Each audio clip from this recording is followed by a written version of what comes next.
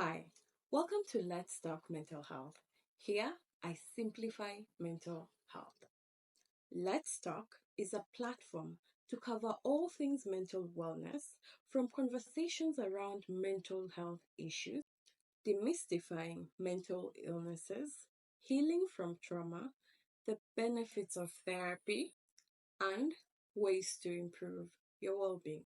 My name is Elsie Wanjala, a psychologist who is passionate about all things mental health. Mental health is near and dear to me, and it is my pleasure to educate people on mental health issues, and create mental health awareness. My desire is for this to grow into a community of people who have a deep understanding of mental health, who are aware of mental health issues, people living with mental illnesses, and are actively involved in ways of taking care of their mental well being. Mental health is mental wealth. Mental health awareness is an ongoing effort to reduce stigma around mental illnesses and mental health conditions. There are people who live with mental illnesses. Statistics show that 1 in every 4 people has a mental illness.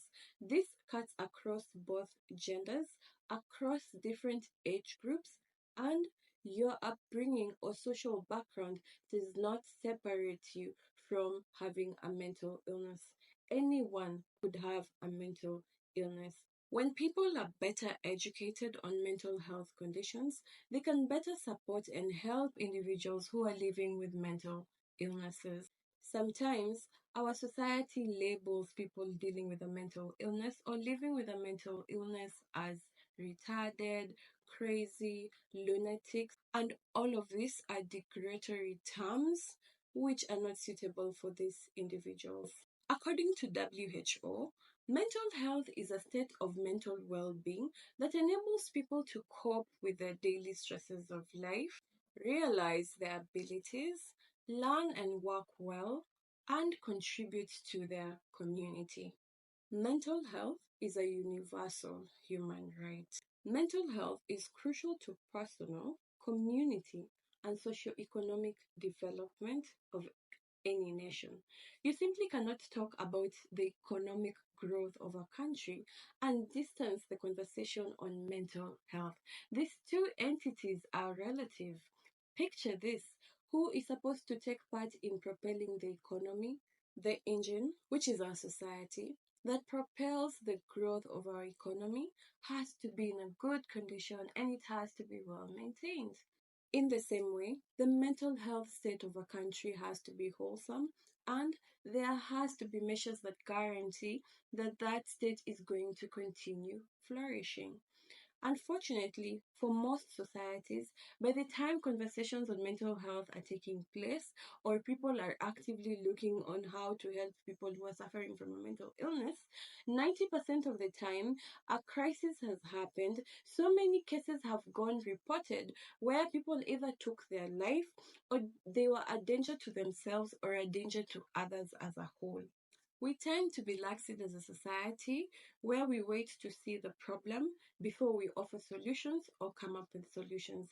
And this is the same case as mental health. Mental health crisis is a social issue. It affects anyone in the society. It's not just for the people living with the mental illnesses. It's you and I. We tend to be affected by these cases. If we keep going through our social media platforms or mainstream medias and all we keep seeing are cases of how people committed suicide or how most people are depressed, that also affects our mental health. As individuals, we have a responsibility to take care of our mental health.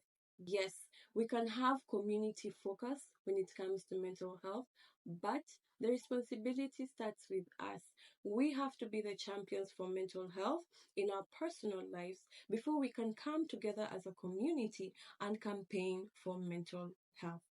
The narrative of our society does not have to be the one whereby a problem happens, a crisis happens, so many people lose their lives because of mental health issues before we start instigating change, or we start looking for solutions towards changing the mental health status of a country.